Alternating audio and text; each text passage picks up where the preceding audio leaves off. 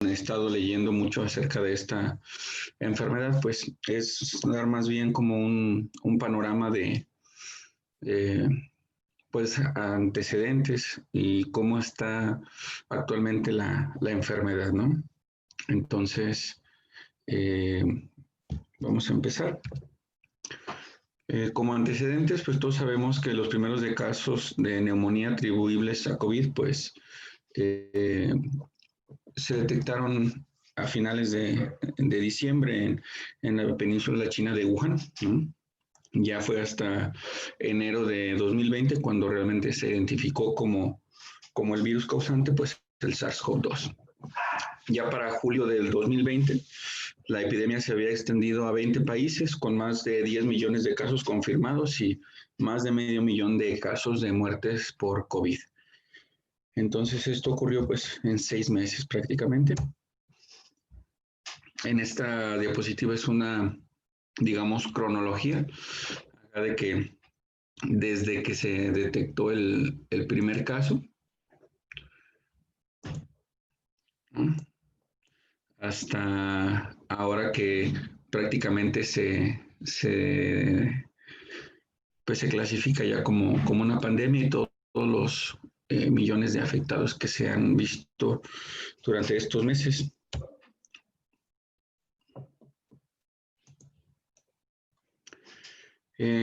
Como clasificación del virus, no olvidemos que este virus pertenece a la familia Coronaviridae, al orden de los nodovirales y los flujeros beta-coronavirus. Es un beta-coronavirus. Un virus que también pertenece a esta subfamilia es el MERS-CoV, que vamos a hablar un poquito más adelante de él. Es un RNA virus unicatenario encapsulado que mide entre 60 y 140 nanómetros. Genéticamente está emparentado con el BAT-CoV-RAT-G13, lo que sugirió que el murciélago era el hospedero original de este virus y pues los humanos y otros mamíferos como los pangolines pues funcionamos como hospederos intermediarios.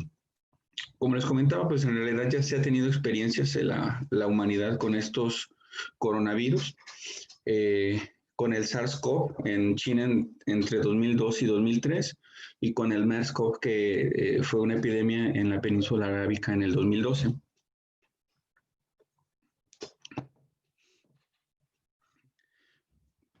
¿Cómo se dio la transmisión? Bueno, realmente queda poco claro cómo pasó del animal al humano.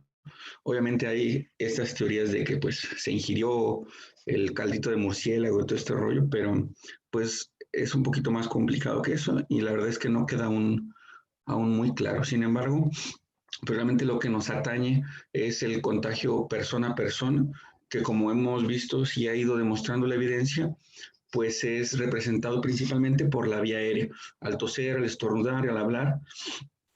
Y aunque de manera inicial se postuló la hipótesis de que los fomites o las superficies eran una fuente importante de infección, esto poco a poco pues ha ido, digamos, como perdiendo fuerza porque no sabemos o no hay como una cantidad de virus que pueda, digamos, tomar de cierta superficie o que sea crítico para producir el contagio. Entonces, al parecer no es una vía tan eficiente del contagio, lo, lo físico, pues digamos, como los fomites o las superficies.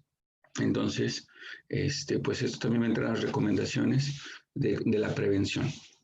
Entonces, se considera un contacto importante con un paciente con esta enfermedad, otra persona que pase más de 15 minutos a menos de metro y medio de un paciente con esta enfermedad, pues es el que tiene más riesgo de contagiarse.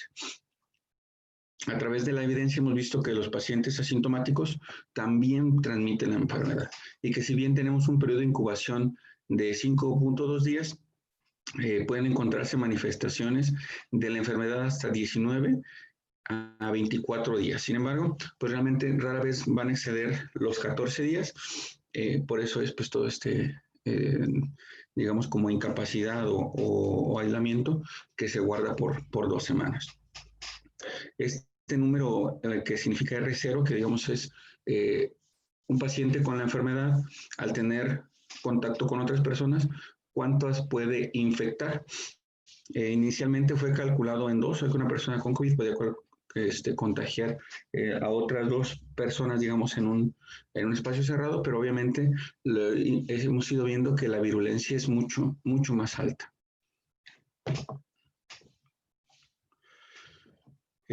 La transmisión es efectiva porque la carga viral en el tracto respiratorio superior va a tener un pico en el momento de presentar la sintomatología y los pacientes asintomáticos y presintomáticos son capaces de contagiar la enfermedad entre un 48 y 62%. O sea, esto quiere decir que la capacidad, como en todas las enfermedades virales, pues va a depender de la carga viral que se encuentre en las glándulas salivales, en el tracto superior del individuo. En este par de estudios mencionaba que normalmente la PCR se negativizaba posterior a los 28 días. Actualmente se ha visto que puede persistir posterior a esto o incluso, como lo hemos visto, pues puede haber casos de reinfección. Entonces es un poquito complejo esperar que una prueba esté negativa para pues tomar alguna decisión clínica, digamos, ¿no? Entonces, realmente la CDC recomienda que un paciente debe estar en aislamiento al menos 10 días de inicio de los síntomas y 3 de que mejora la sintomatología, de que ya no tiene fiebre principalmente, que sería como el dato pivote, el dato que nos va a dar la pauta de cuando ese paciente fiebre, pues podemos decir que ya prácticamente está resuelto el asunto y va a ser menos el riesgo de que el paciente esté contagiando. Los factores de riesgo, se ha visto que los pacientes que están en más riesgo de contagio son aquellos entre los 35 y 59 años, y dentro de ellos, o en pacientes de más edad, aquellos que tienen factores de riesgo cardiovascular como diabetes e hipertensión. Entonces, pues estamos en un universo sumamente amplio de pacientes que van a ser susceptibles a la infección y a desarrollar una enfermedad de consideración, ¿no? Sin embargo, y como lo vamos a ver un poquito más adelante, si bien suele afectar también a pacientes jóvenes, la mayoría de los casos de gravedad o de COVID severo pues van a ocurrir en nuestros pacientes. En cuanto a la patogenia e inmunogenicidad, como sabemos, esta proteína S, que a su vez tiene 2 dominios, es la que le da este aspecto espiculado al coronavirus y que es la que le va a servir de anclaje al tener un gran trofismo, sobre todo por los receptores de ECA2, entra al epitelio de la vía aérea, ¿no? Especialmente a los neumocitos tipo 2.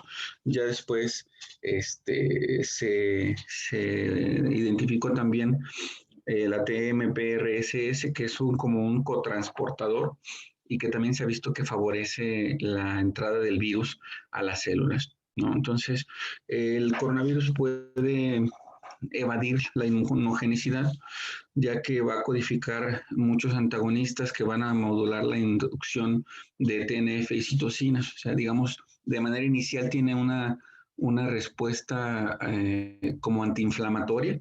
Entonces, esto le va a permitir la replicación viral y ya evadir el sistema inmune hasta que pues ya es muy tarde, ¿no?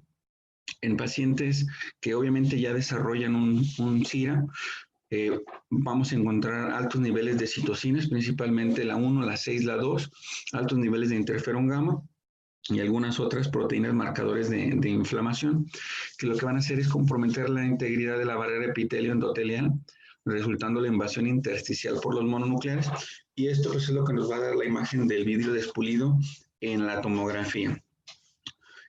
Obviamente conforme tenemos mayor afectación sistémica, pues va a haber compromiso a múltiples sistemas, incluyendo ya en un estadio bastante pues, terminal, digamos, cuando ya hay una activación y desregulación de la cascada de coagulación.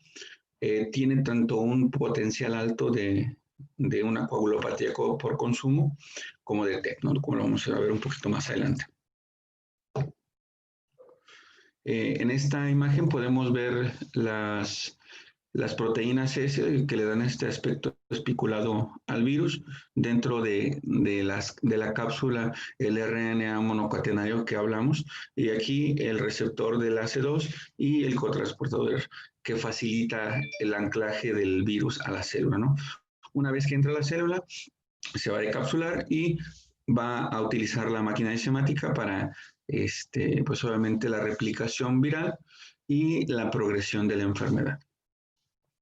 Digamos, en este estadio inicial de la enfermedad, el neumocito tipo 2, que es la célula diana principalmente que se va a ver afectada, va a tener la replicación viral en su interior, va a liberar todas esas millones de viriones otra vez a la circulación sistémica, va a haber un trofismo de los neumocitos tipo 1 al epitelio alveolar y se va a desencadenar la producción de citocinas como las que mencionamos por los múltiples linajes de la serie blanca, macrófagos, neutrófilos, monocitos, linfocitos, sobre todo la 1, la 6 y el factor de necrosis tumoral alfa, que al final de cuentas va a inducir una respuesta inflamatoria en el epitelio del sistema respiratorio, ¿no?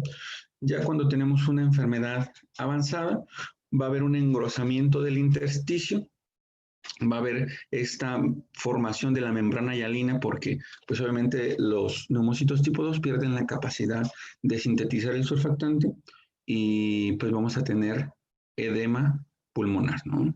Entonces va a haber una migración de monocitos y neutrófilos al epitelio alveolar y también va a haber una activación de la coagulación que va a generar microtrombos en la circulación pulmonar y esto solamente va a comprometer aún más pues la perfusión pulmonar, ¿no? Bueno, ¿cuáles van a ser las principales manifestaciones clínicas? En este par de artículos encontramos que lo más prevalente va a ser la fiebre, la tos, y la disnea, ¿no? Después seguidos de mialgias, ya cuando tiene alteraciones del estado de alerta, odinofagia, rinorrea, dolor torácico y diarrea, ¿no? Entonces, estas son, digamos, como las series en las que se encontraron en diferentes porcentajes estos síntomas, pero los que nunca fallan, o los que tienen mayor prevalencia, pues es la fiebre, la tos y la disnea. Aproximadamente 97% de los pacientes van a desarrollar los síntomas antes de los 12 días. Como mencionamos, el periodo de incubación es de 5 y pico de días, pero las manifestaciones clínicas pueden ir hasta los 12 días, ¿no? Entonces, algo muy importante pues es que hasta el 25% de los pacientes infectados va a tener comorbilidades, teniendo en cuenta los rangos de edad que van a variar obviamente, ¿no? Pero algo muy importante y que nosotros lo hemos visto en la hospitalización, pues es que hasta un 60 a un 90% de los pacientes que ameritan hospitalización, pues van a tener alguna comorbilidad, principalmente cardiovascular, como lo mencionábamos, hipertensión entre un 48 y 57, diabetes entre un 17 a 34, alguna enfermedad cardiovascular, cardiopatía isquémica, infarto, etcétera, en un 21 y 28%, nefrópatas en un 3 a 13% y hepatópatas en 5%. ¿Sale? Algo que hemos visto muy frecuentemente son las alteraciones del gusto y el olfato que se han presentado hasta en un 60 a un 80% de los síntomas, de los casos, perdón, y que a veces es la manifestación, digamos, como pivote, ¿no? No hay tos, ni hay fiebre, ni hay falta de aire, pero se encuentra disgeusia o anosmia. Si bien no es exclusivo de coronavirus, pues dado el panorama epidemiológico actual, pues es un dato que nos debe hacer pensar inmediatamente en COVID. Inicialmente se estimó que el 17% de los pacientes iban a desarrollar una forma severa de COVID y pues realmente de estos con una alta mortalidad. Ahorita vamos a ver que la mortalidad en pacientes que desarrollan una forma de COVID severo pues va a depender de las comorbilidades y principalmente de la edad del paciente. El SIRA no es como el tema de la clase, pero realmente el SIRA debe manejarse de acuerdo a la presentación clínica, a las comorbilidades que tenga el paciente, porque no hay que olvidar que no lo vamos a manejar de la misma manera en un paciente que tenía previamente una neumopatía, un paciente cardiópata, un paciente con cardiopatía isquémica, etcétera. Entonces, el manejo del SIRA es el manejo del SIRA personalizado, ¿no? Obviamente con los parámetros de protección pulmonar. El diagnóstico, lo primero pues es que cumpla una definición operacional, ¿no? Y que estas definiciones operacionales han ido cambiando conforme ha ido cambiando el panorama epidemiológico de la enfermedad. De manera inicial, cuando fueron los primeros casos de coronavirus, pues el punto clave era que hubiera algún viaje internacional, obviamente a China, y que dentro de los 14 días, pues ese paciente iniciará con síntomas respiratorios, fiebre, tos, etc. Actualmente, pues las últimas definiciones operacionales, pues es prácticamente cualquier paciente que tenga aquella fiebre, tos, disnea, disgeusia, anosmia, y obviamente, pues todo es sospechoso de COVID actualmente, ¿no?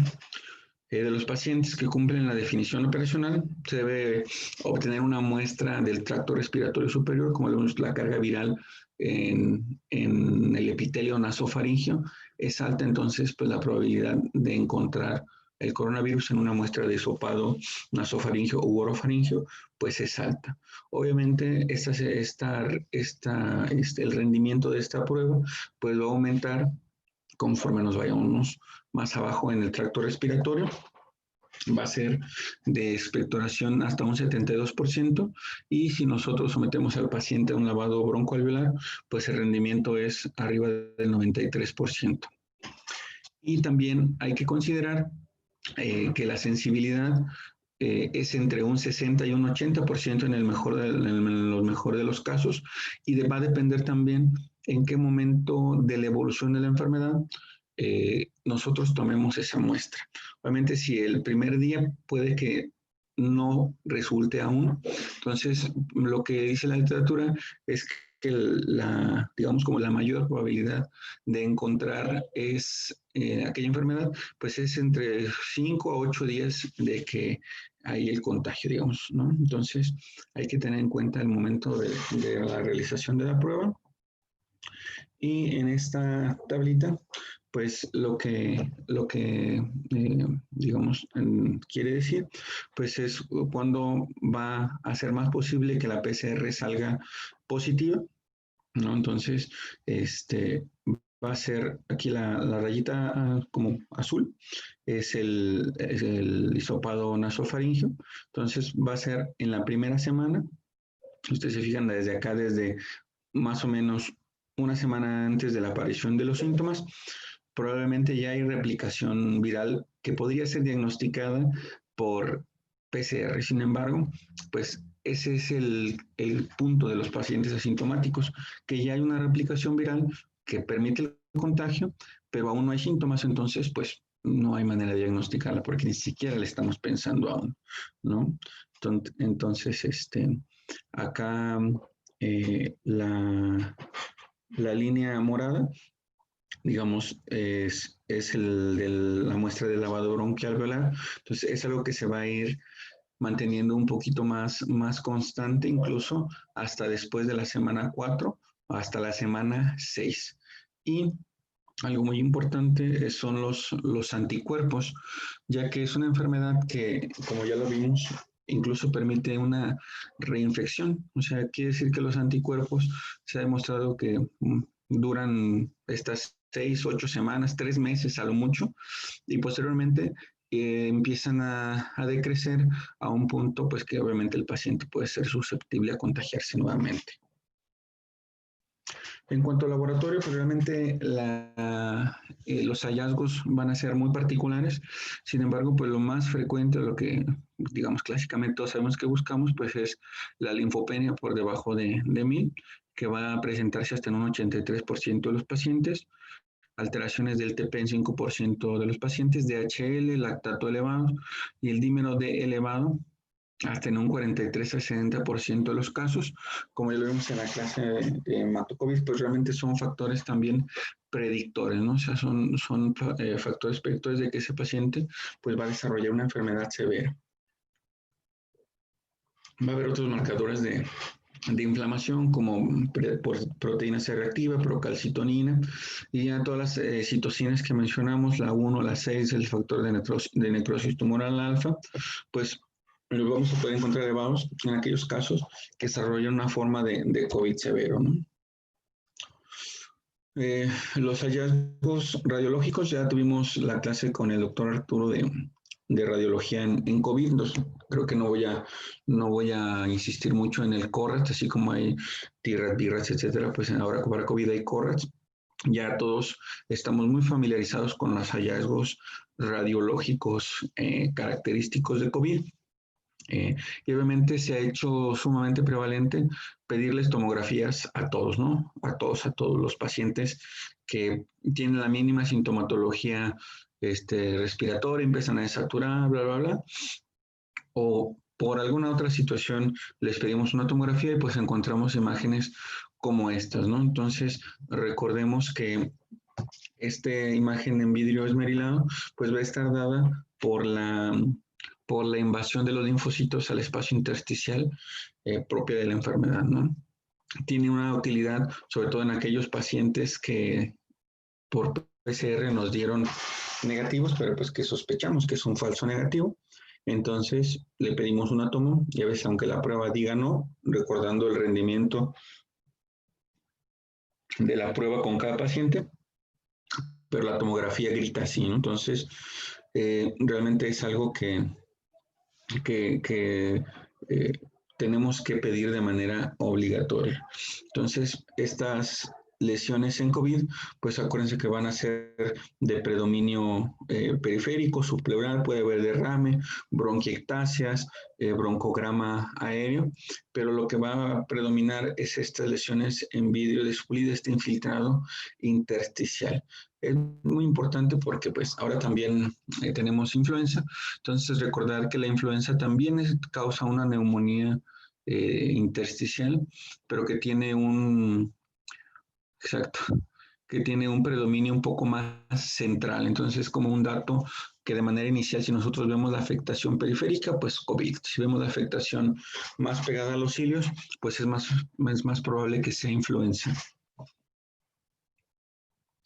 Lo tomé de la presentación del doctor Arturo para, digamos, como recalcar cuáles son los principales hallazgos en la tomografía. Como ya lo mencionamos, el virus esmerilado, una opacidades de consolidación mixta, engrosamiento pleural, engrosamiento septal interlobar y broncogramas aéreos. Pueden tener este patrón de pavimentado que pues realmente ya traduce una enfermedad muy severa, derrame pleural, derrame pericárdico o linfadenopatías, ¿no? Entonces, algo muy importante pues es que es de manera bilateral y de distribución periférica, aquí están los porcentajes, y las incidencias obviamente empiezan más frecuentemente en los lóbulos inferiores. El tratamiento, como hemos visto a lo largo de la evolución de esta enfermedad, pues no tiene un tratamiento específico. El tratamiento de soporte va a incluir la oxigenoterapia, que va a ser necesaria en más del 75% de los pacientes que requieren hospitalización, y pues todo el manejo del paciente críticamente enfermo, ¿no? Manejo de líquidos, antibiótico-terapia en caso de sobreinfección, y aunque de manera inicial se calculó que solo el 8 o 10% de los pacientes que desarrollan una enfermedad por COVID, por moderada o severa, tienen una sobreinfección bacteriana, pues realmente como médicos se ha estimado que seguimos prescribiendo antibióticos hasta el 72% de los pacientes, cuando pues realmente no tendría como alguna indicación, ¿no? Pero pues siempre nos da ahí frío y pues dejamos el antibiótico pues más como tranquilidad mental de nosotros. Como hemos ido viendo en estos meses, pues el único medicamento que ha mostrado un impacto en la sobrevida, pues es el uso del esteroide. La dexametasona, dosis de 6 miligramos por 10 días. va a reducir la mortalidad en pacientes, pero en aquellos casos de enfermedad severa o que están con ventilación mecánica asistida, ¿no? Pacientes que tienen enfermedad leve o moderada, realmente no se ha visto que tengan ningún beneficio. Y algo muy importante, recordando la fisiopatología, esta cascada de inflamación y riesgo alto de trombosis, todos los pacientes que estén hospitalizados tienen que tener una protección con heparina de bajo peso molecular, obviamente de acuerdo ajustado pues al peso y a la función renal del paciente. Entonces, esto es lo que se ha demostrado que tiene un impacto en la mortalidad, la dexametasona y la tromboprofilaxis.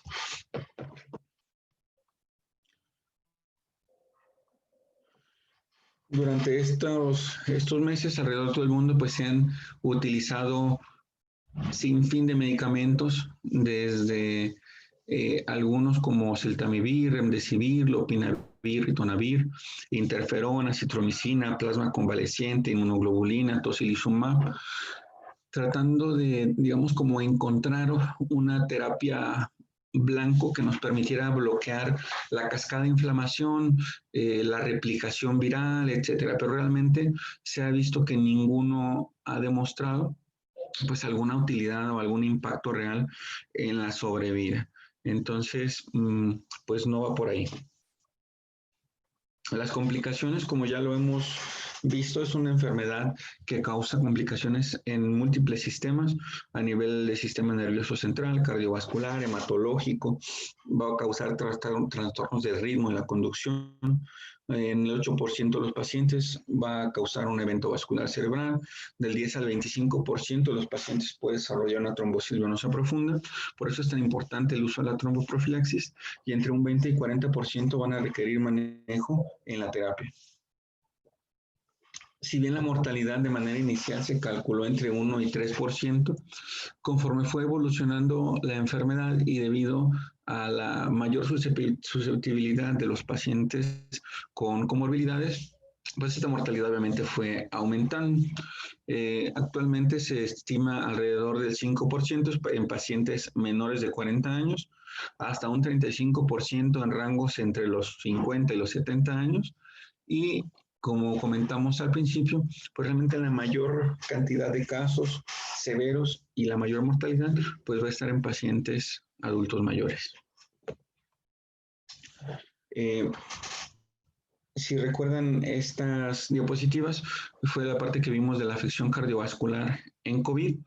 Entonces, recordemos que parte de la afectación cardiovascular pues va a ser en aquellos pacientes que ya tienen una falla cardíaca, descompensación de esa falla cardíaca previa, o como va a aumentar la demanda miocárdica de oxígeno, puede también inducir una falla cardíaca aguda aún en pacientes que no tenían insuficiencia cardíaca. La otra es los síndromes isquémicos coronarios agudos, debido a esta inflamación del endotelio. Pacientes que ya tienen dislipidemia, que tienen algún otro factor de riesgo cardiovascular, van a ser más susceptibles a la ruptura de la placa, el aumento de la demanda miocárdica de oxígeno, que va a ocasionar pues que haya un mayor riesgo de que haya una pues, disregulación entre la perfusión coronaria y un mayor riesgo de infarto. Entonces, esto va a ser más frecuentemente en pacientes obviamente que desarrollan una enfermedad severa y durante la tormenta de citocinas. Y la otra es los trastornos de la conducción, que esto lo que se ha visto más es la aparición de una FA que pues obviamente no tenía el paciente, y también la taquicardia ventricular, ¿no? Que vamos a encontrar estos trastornos del ritmo entre un 16 y un 44% de los pacientes hospitalizados por COVID. Esto porque a final de cuentas va a ser un predictor de mortalidad, ¿no? Que aquellos pacientes que al momento del ingreso tiene aumento de los marcadores de las enzimas cardíacas, o clínicamente pues tiene datos de falla, trastornos del ritmo, se infartó, pues obviamente va a ser un paciente que sí es un factor de riesgo individual, digamos, y va a impactar de manera muy importante en la mortalidad, ¿no? En esta gráfica, en esta tabla de Kaplan-Meier, podemos ver cómo los pacientes que fueron diagnosticados sin una lesión cardíaca, pues tienen una sobrevida casi del 99%, 100%, y aquellos que fueron, digamos, diagnosticados con una lesión miocárdica, pues la sobrevida es entre el 40 y el 60%. Otros trastornos que también van a tener un impacto en la mortalidad es la parte de la lesión renal aguda, como lo mencionó Citlali en su clase, eh, pero que es más un factor de mortalidad. Sin embargo, pues obviamente las complicaciones cardiovasculares, el problema es que lo que se piensa es que persistan aun cuando resuelva la enfermedad. Hemos visto pacientes que quedan con trastornos del ritmo, hay pacientes que quedan con falla cardíaca o que desarrollan hipertensión pulmonar, etcétera. Entonces, eso es lo que va a ser muy importante a largo plazo. Eh, como les comentaba, si bien la mortalidad es baja, va a ir aumentando conforme aumenta la edad, como podemos ver en esta tabla, y se ha mostrado también pues que es una enfermedad que también afecta a aquellos sectores de la sociedad pues más desfavorecidos socioeconómicamente.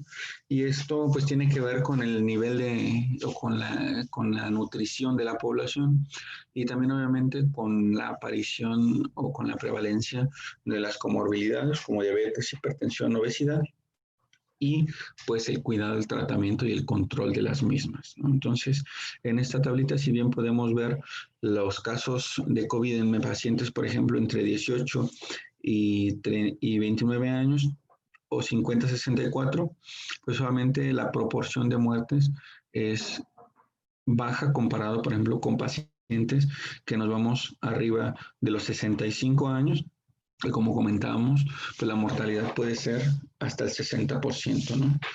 Ahora, en cuanto a la prevención, mencionábamos lo de las superficies, que se ha visto que no es una forma tan eficiente de contagio. Por eso, pues realmente la recomendación de tapetes sanitizantes, arcos sanitizantes, pues, realmente no tiene ningún sentido. Lo único que se ha mostrado que funciona, pues es el distanciamiento social de 1.5 a 2 metros, de acuerdo al el tamaño de las partículas que se expulsan al hablar, toser, estornudar, es lo que se ha estimado que viajan y digamos es como el rango de contagio pues prudente, digamos, ¿no? Obviamente el uso de barreras físicas como cubrebocas y caretas, los lugares bien ventilados y con luz ultravioleta, pues ofrecen un menor riesgo de contagio, el lavado de manos y aseo de superficies, y pues obviamente de manera, digamos, como una estrategia social, pues es lo que hemos estado haciendo todos estos meses, que es pues la cuarentena, ¿no? El aislamiento social. Y ya por último, quiero compartirles este artículo sobre la vacuna que ha estado preparando Pfizer y todo este rollo. No creo que todos hemos estado eh, escuchando muchas cosas acerca de la vacuna. Este artículo salió apenas ayer en el diario de Lancet. Ahí les paso el link para si quieren revisarlo. La verdad es que está, bueno, obviamente la metodología y todo este rollo está bastante compleja, pero probablemente lo que concluyen ellos es que esta vacuna tiene una buena tolerabilidad y tiene una buena inmunogenicidad, induciendo una respuesta inmune casi en el 98-99% de los pacientes.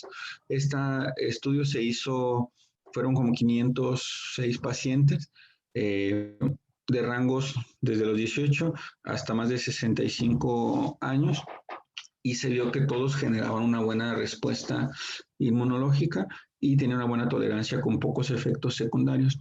Aquí lo único es que eran pacientes aparentemente pues sanos, se podría decir, ¿no? Este, pero aparentemente es una vacuna prometedora. Sin embargo, pues todavía falta la logística del transporte, la aplicación, como ya vimos, el tiempo que tarda en generar los anticuerpos.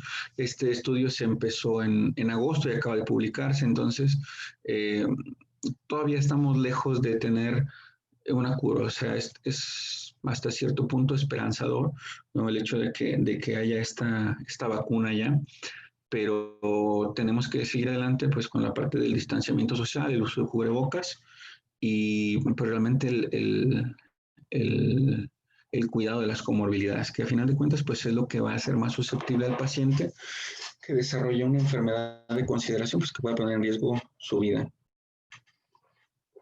Ya por último, son las cifras, digamos, oficiales. Hasta ayer en la noche que lo revisé. Eh, Obviamente ya todos hemos visto en las noticias, redes sociales, etcétera, que ya se ha rebasado los 100,000 muertos por COVID. De manera oficial, obviamente son estimaciones y digamos, como lo previsto, lo que se puede estimar es que obviamente esas defunciones sean 2 o hasta 3 veces más eh, de las que pues realmente son como oficialmente, ¿no? Porque incluso lo hemos visto en el hospital que a veces no quieren aceptar el diagnóstico o todavía no teníamos el diagnóstico y pues el paciente fallece, etcétera. Pero pues creo que era obvio que pues falleció a causa de esto, ¿no? Entonces, eh, esto es pues prácticamente todo lo que encontré, digamos, como en actualización de COVID. Eh, Como les digo, más que darles tanto, pues teórica es como un panorama o una actualización de lo que ha habido, de lo que es nuevo y de la vacuna, y pues espero les haya servido, ¿no? Es algo que estamos en contacto todos los días.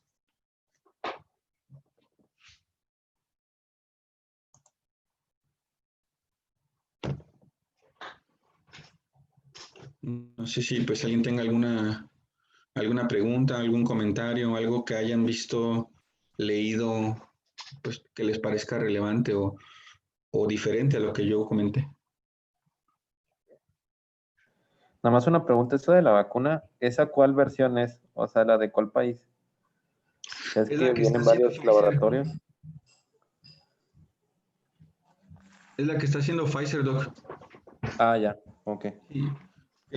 Las otras, según yo, como que no tuvieron, bueno, o sea, sí tienen un poquito de resultados, pero según yo, la que tuvo mejor tolerancia e inmunogenicidad es esta que le comento.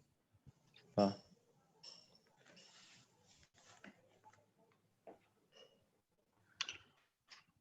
No sé, ¿alguien más? Yo, amigo, nada más para comentarles que ya últimos estudios y que se relacionan con las complicaciones neurológicas hablan de reacciones cruzadas de los anticuerpos. De los mismos anticuerpos que generan los pacientes después de la infección, tienen repercusión sobre el sistema nervioso central y periférico. Por eso hay pacientes que desarrollan cansancio como excesivo y que perdura, y algunos que desarrollan ansiedad o movimientos anormales. Es secundario a esta reacción cruzada de los anticuerpos.